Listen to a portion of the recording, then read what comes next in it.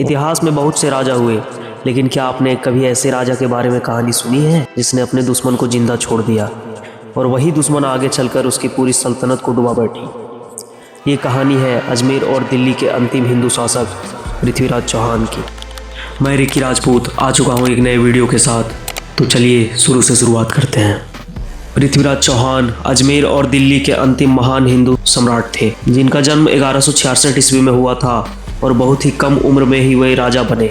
बचपन से ही वो तलवारबाजी, घुड़सवारी और धनुर्विद्या में निपुण थे और जल्द ही उत्तर भारत में उनके साहस और युद्ध कौशल की चर्चा होने लगी। उन्होंने कई शक्तिशाली राजाओं को पराजित किया और एक निर्भीक, न्यायशाली शासक के रूप में पहचान बनाई। उनकी प्रेम कहानी संयोगिता के साथ इतिहास के सबसे प्रसिद्ध कथाओं में गिनी जाती है। जहां कन्नौज के राजा जयचंद के विरोध के बावजूद पृथ्वीराज चौहान संयोगिता को स्वयंवर से लेकर अजमेर आए, जिससे जयचंद उसका शत्रु बन गया। इसी समय भारत पर आक्रमण करने आया मोहम्मद गौरी, जिसे 1191 ईस्वी में तराइन के युद्ध में पृथ्वीराज चौहान ने बुरी तरह हराया और बंदी बना लिया, लेकिन दया दिखा के उसे छोड़ दिया गया, जो आगे चलकर एक बड़ी भूल साबित हुई। 1192 ईस्वी में गौरी फिर विशाल सेना के साथ लौटा और तराइन के दूसरे युद्ध में कई राजाओं के साथ ना मिलने के कारण पृथ्वीराज चौहान को हार का सामना करना पड़ा और वे बंदी बना लिए गए।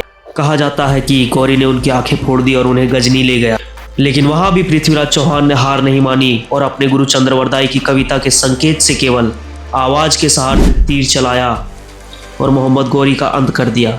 इस प्रकार पृथ्वीराज चौहान की कहानी हमें सिखाती है कि वीरता, प्रेम और बलिदान के साथ साथ अगर सही समय पर निर्णय ना लिया गया हो तो इतिहास की दिशा बदल जाती है। जय भवानी।